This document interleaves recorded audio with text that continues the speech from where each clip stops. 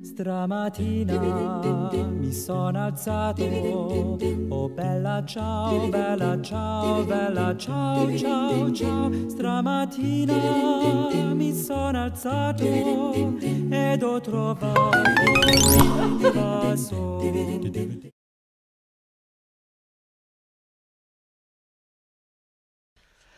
Bonjour les impros, ou faut-il dire les kraken? Les Kraken, oui, effectivement, on est un collectif du Kraken mécanique avec plusieurs branches, dont l'improvisation. D'accord. Donc improtuniste, ça colle à quelle partie de votre boulot? Ça sera plus la partie spectacle, où effectivement on est tous un petit peu formateurs, intervenants donc en théâtre et improvisation, et les improtunistes, ça sera la partie spectacle où on arrive à se retrouver tous ensemble et faire des soirées, proposer de l'improvisation. Venir. Pour commencer, j'aimerais un petit peu que vous me parliez de votre histoire par rapport à Bergerac. Alors le chef, c'est lui là? C'est à qui que je... Oui, le chef, oui.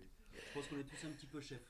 Ok, alors pour mon chef à moi, je dis que je donne le micro parce que sinon on les entend pas. Donc déjà, bonjour. Je m'appelle Christophe, effectivement, je fais partie du Kraken mécanique et des improtunistes, cette troupe qui vient jouer sur Bergerac, qui venait jouer à Bergerac ces derniers temps. Voilà. Je vais laisser peut-être présenter. Coraline, collectif Kraken Mécanique aussi, pour la partie improtuniste et la partie atelier plutôt sur Mussidan. En ce moment, c'est côté spectacle, c'est vrai que c'est plutôt calme. Côté improtuniste, parce que c'était la question aussi, c'est plutôt calme, il ne se passe pas grand-chose. Et Sam pour la partie vraiment Bergerac. Oui, toujours sur les spectacles à Bergerac, on avait des habitudes régulières au PQP, par exemple, où on jouait une fois par mois, tous les premiers lundis du mois. Et ça manque depuis le début, parce que c'est le truc qui s'est arrêté très très vite, parce que c'était dans un bar et que les bars ont fermé très très tôt. Et ça nous manque. Déjà l'année dernière en mars, ouais. Ça s'est arrêté, c'est un des premiers trucs qui s'est arrêté. Et donc c'était des soirées hyper agréables. On jouait les lundis soirs. C'était une soirée dite un peu morose le lundi soir, le premier jour de la semaine. Et nous, on s'était amusé à se dire qu'on venait foutre un peu d'ambiance et de gaieté dans le début de semaine des gens. Et c'était des retours qu'on avait. Et donc ça nous manque beaucoup. Et ça manque aux gens, certainement. On aimerait bien que ça manque aux gens. Enfin, on se dit que, je sais pas, c'est rigolo d'imaginer comment ça va se passer. Des fois, on peut se dire, non, les gens vont plus en avoir besoin. Ou alors, au contraire, les gens vont sauter dessus et les spectacles et les bars, ça va être pris d'assaut. C'est ce qu'on espère. Et nous, pour pouvoir remettre un peu d'impro et de gaieté, et de culture et d'émotion. C'est une merde. C'est là que tu mets au montage tes musiques, tu vois. Donc, en gros, juste pour revenir un tout petit peu sur votre histoire par rapport à ici, parce qu'on fait un petit tour aussi de l'historique de chaque compagnie, ça fait combien de temps que vous venez à Bergerac et pourquoi vous avez débarqué ici alors que vous étiez basé à Mussidan et plutôt, il me semble que vous faisiez plutôt de la formation ou des ateliers avec un public spécifique, ou je me trompe?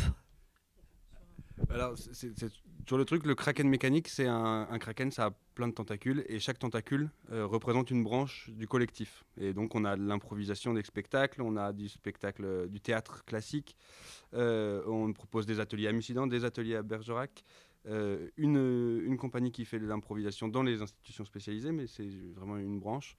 Et puis l'improvisation dans les écoles, c'est une branche. Et donc pour Bergerac, on est venu d'abord parce qu'on avait le PQP, c'est ce qui nous a amené ici et qui a été un truc un peu extraordinaire pour nous, encore une fois. C'est le bar qui vous avait demandé? C'est le bar qui nous avait demandé. Non, je crois que c'est nous qui avions demandé au bar. Et en fait, ça a fonctionné. C'était un pari un peu rigolo parce que c'était du théâtre dans un pub. Et c'était un pari un peu fou et ça a duré 2 ans et demi. Et ça nous a vraiment amené à Bergerac, ça nous a fait connaître aussi un Bergerac, ça nous a fait connaître les Bergeracois. Et il y avait déjà du théâtre en atelier à Mussidan qui s'est développé aussi. Il y en a eu un peu plus. Et puis on s'est dit, il faut qu'on aille en faire aussi à Bergerac. Donc on a multiplié par 2 aussi des ateliers à Mussidan et des ateliers à Bergerac. Une question un peu matérielle. Comment vous vivez? Je veux dire, vous avez des subventions, il faut bien bouffer dans la vie. Ça marche comment pour vous? Comment on vit? Eh ben, actuellement, effectivement, c'est une question qui est assez compliquée puisqu'on n'a pas le droit de voir le public. Donc on continue, on a le droit de continuer à faire de la formation dans les écoles puisque c'est encore autorisé. On a le droit encore de dispenser des ateliers donc aux enfants. Donc on essaye de se débrouiller avec les salles en sachant que le couvre-feu à 18h, voilà, les enfants qui sortent à 16h30 de l'école, une fois qu'on a fait 1 heure d'atelier, après il faut rentrer. Donc on a toutes ces problématiques qui se posent. Donc on a encore des ateliers qui fonctionnent. La partie spectacle, celle-là on l'oublie complètement, puisque du coup, on n'a pas le droit. Donc on vit. Voilà, on a de la chance, on arrive encore à voir, c'est assez galère d'arriver à occuper l'horaire du temps, enfin voilà, la plage de temps avec les salles et tout ça. Mais voilà, on vit, on se dit qu'il y a pire que nous, toujours. Je pense aux restaurateurs et à toutes ces personnes qui ont des loyers à payer et plein de charges. Nous, on dispense notre plaisir, notre art, en fait, la chose à laquelle on a bossé et qui nécessite que notre expérience.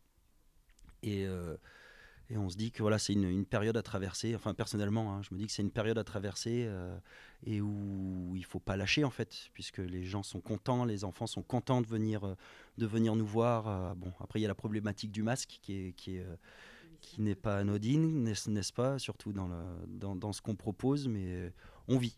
Voilà, on vit.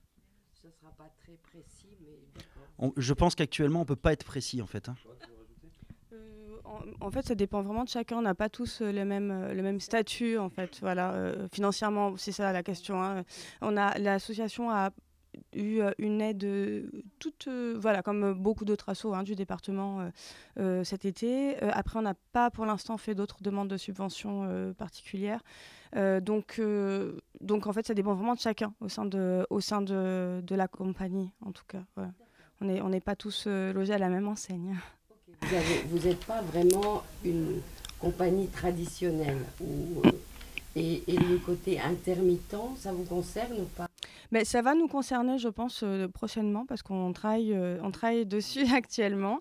Et voilà, là, c'est pareil, c'est la période est tellement particulière qu'on a beaucoup de mal à se projeter. Mais on en parle beaucoup, en tout cas, entre nous. Voilà. Pour l'instant, la situation, en tout cas, elle est différente pour chacun et inconfortable pour tous, je pense. Ouais, ça, c'est sûr. C'est bien, oui, elle parle bien.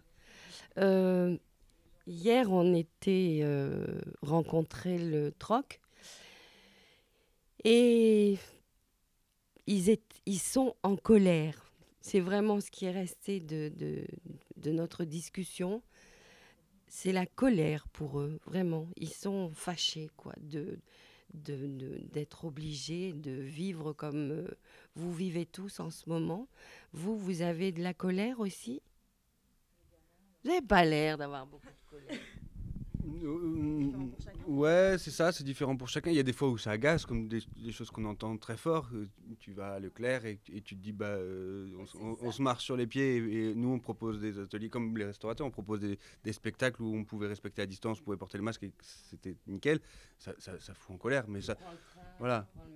C'est ça, mais moi j'étais déjà en colère contre les grandes surfaces bien avant, mais après, moi, mais encore une fois, c'est personnel. Moi, j'ai réussi à rester optimiste. On continue à répéter, nous ensemble, à imaginer des choses, à rêver. Au contraire, ça nous a fait réaliser que le spectacle. Moi, ça m'a fait réaliser pourquoi je faisais ça. C'était quoi le spectacle vivant, à quoi ça servait. Et je me rendais peut-être pas suffisamment compte avant que ça n'existe plus. Et donc non, on continue à faire des choses. Comme disait Christophe, il y a quelques ateliers qui sont maintenus. Les spectacles, on espère, on se dit on va trouver des trucs. On s'est dit, on a entendu une phrase il y a pas longtemps qui disait que le seul endroit où voir du spectacle vivant aujourd'hui, c'est dans les écoles. ils ont encore le droit de faire du spectacle, d'organiser des spectacles. Donc on a envoyé à toutes les écoles de France nos plaquettes. Si ça peut, si ça. Et voilà. Mais en tout cas, je pense qu'on arrive à rester optimiste et on a la chance de pouvoir continuer à répéter déjà, à se voir et à essayer d'imaginer des choses et à prendre le temps aussi, voilà, de vivre ce truc-là.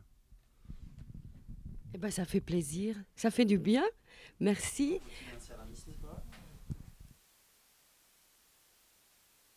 Stamattina mi sono alzato, oh bella ciao, bella ciao, bella ciao, ciao, ciao. Stamattina mi sono alzato ed ho trovato un vaso